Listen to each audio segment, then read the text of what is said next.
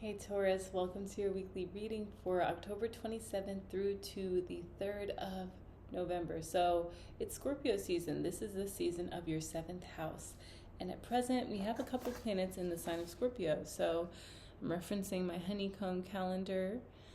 We will have Mercury in Scorpio in that 3rd decan. Venus has already moved on to Sagittarius.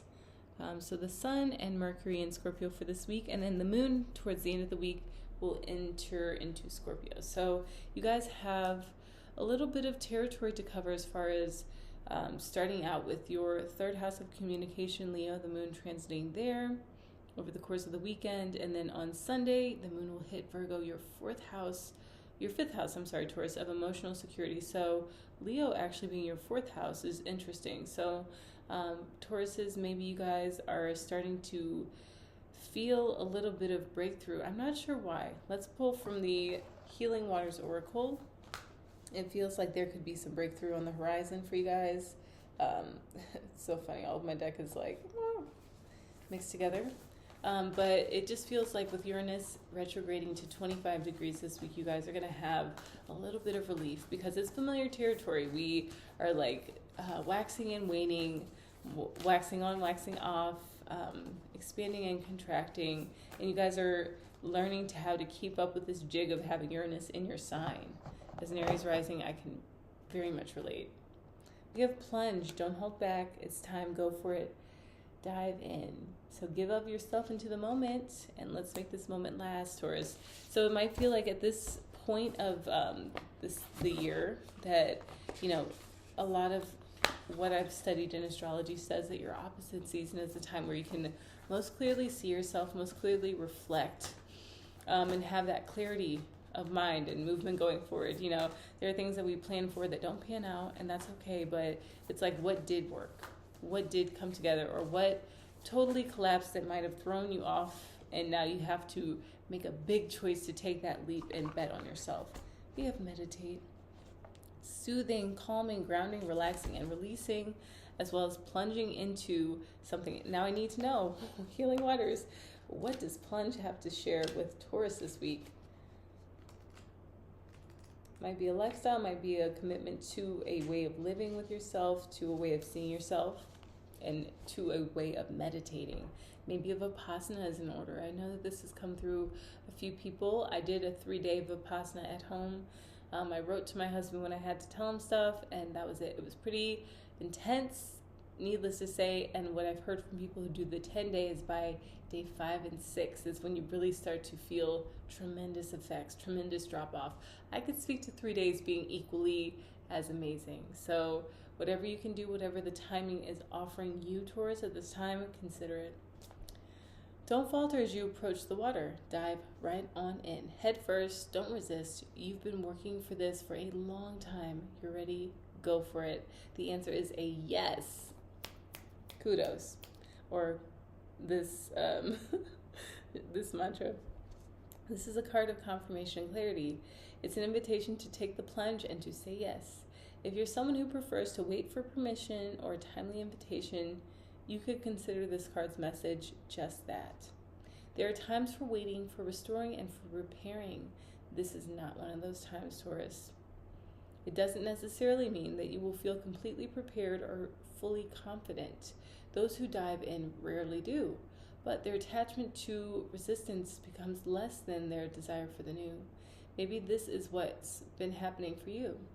If you don't feel ready, remember that so-called giant leaps are rarely that in reality. In most cases, there are hundreds, if not thousands of baby steps, taken day after day in the direction of a dream. Whatever it is that you most desire, the signs are pointing you in that direction. Now, take a deep breath and a great big run up and take the plunge. So even these beads, these various prayer, you can call them prayer beads, you can call them Rudraksha beads. There might be something that you can do before, some sort of meditation to where you ease into the flow of this process. So maybe it's like you're making your own products from scratch, or you're doing something that you've put off for a very long time, and it's like you're through the thicket, you're through the hardest part because of this not Neptune, maybe Neptunian energy, sextiling Uranus, and Pluto in Capricorn. So it's like you guys have it on both sides of Mars and Cancer too. Everything's in the third decan. So we're starting to see in the outer world what doors are closing, which doors are opening. And we have the Three of Wands. She's come up before. And you see this woman is allowing for her 2 children to do some cave wall painting. She's got the fires lit. She's trusting them to make something that's good. And maybe it's like you have idea children. You have brain children that you have to trust will make their way in the world. You can't walk them to the door every day and, walk them to the school bus or drop them off at school. At this point, their decan matters. It's up to the energy that you seeded those projects with. So this would be a great time to consider Cancer as your 3rd house. I believe Cancer is your 3rd house. I don't have the wheel open right now, so I'm just speaking off of reference. So it's Taurus, Gemini, Cancer. And with Cancer being your 3rd house of communication and Mars there, you might finally feel like you know how to word what you have to word. You might feel like you have come out of a hard time of not impacting people. We have the Star.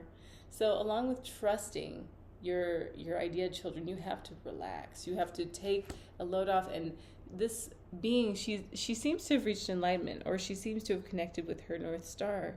There's an eagle. She has her water vessel. There are some morning glories. There's a little frog there speaking to transformational energies. And that eagle as a totem animal, I'm not familiar with the bald eagle, but to me it speaks of nobility, freedom, justice, peace. And we also have the Three of Swords. So that Three of Wands, the Three of Swords, and the Star could mean that there could be pointless, loveless connections that you have fallen into in the past, and we just have to learn how to send people love towards and to recognize when we are being combative, when we are refusing to open our heart to people who have the best intentions for us. They want to see us succeed, they want to see us thrive, but we resist them, we fight against them.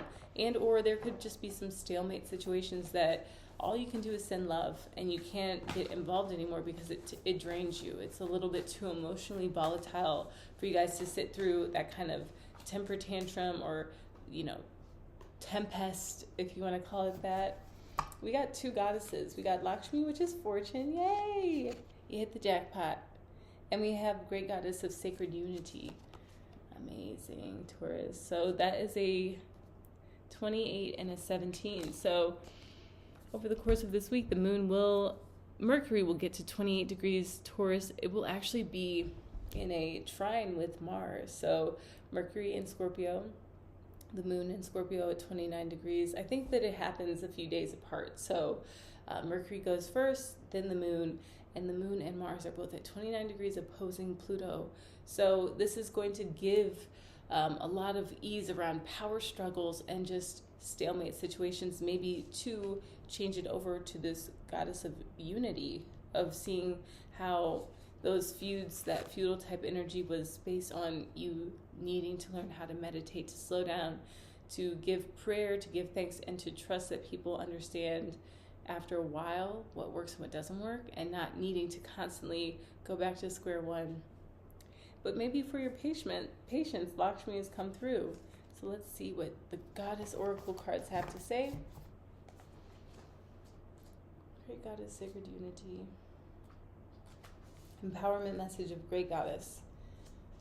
Now is the time to view your world through a reverent and clear lens of unity and connection. The domain of the Great Goddess, the creatrix of all life and the Great Mother of all. It's time to leave the right, wrong, good, bad, zero-sum game world behind. Enter the space where you can find the sacred ground of sharing without guile.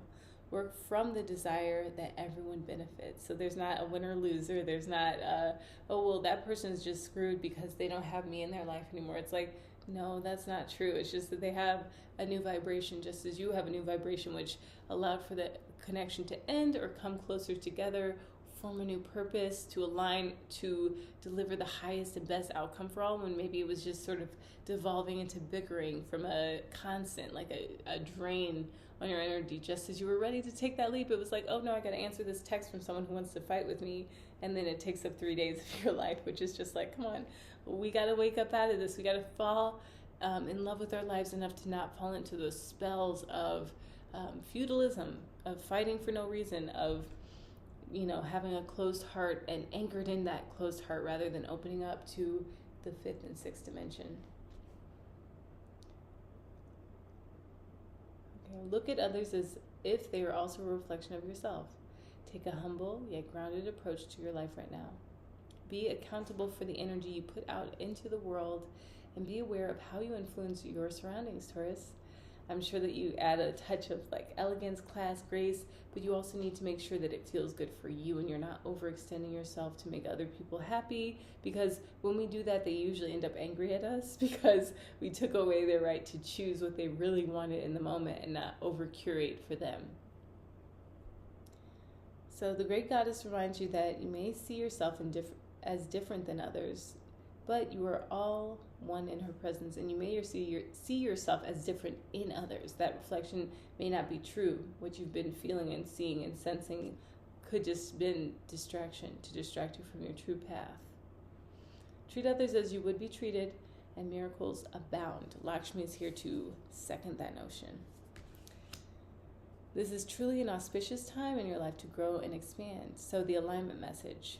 Unconscious choices and behaviors may be causing a distortion in your world, which would be this. When you have the 3 of Wands, the Star, meditate, and plunge, it's like this could just be jerking your chain. Difficult feelings are part of that learning is to take the chain off, because you don't have to wear a chain, right? No one needs one. Difficult feelings are part of the journey of self-discovery, and now is not the time to shy away. In order to survive, you may have been conditioned to suppress what makes you uncomfortable. You might have found yourself in a temporarily awkward place with someone and didn't know what your next step would be. Be honest, say when you don't know something, and be open to learning. Be open to that inner world hearing, that inner resonance, which will come sometimes through outer messages that will allow for you to kind of sleep on it and then wake up feeling refreshed and feeling like you have a direction you'd like to take, Taurus. The great goddess offers you this alignment task.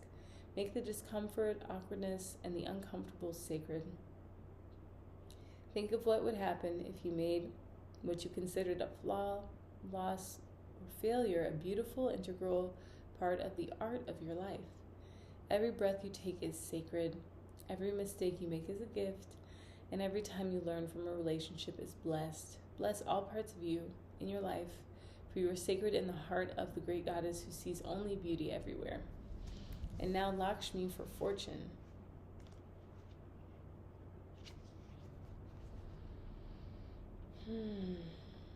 Empowerment message. When the Hindu goddess Lakshmi comes to visit, she heralds a celebration of your purpose, wisdom, and compassionate prosperity.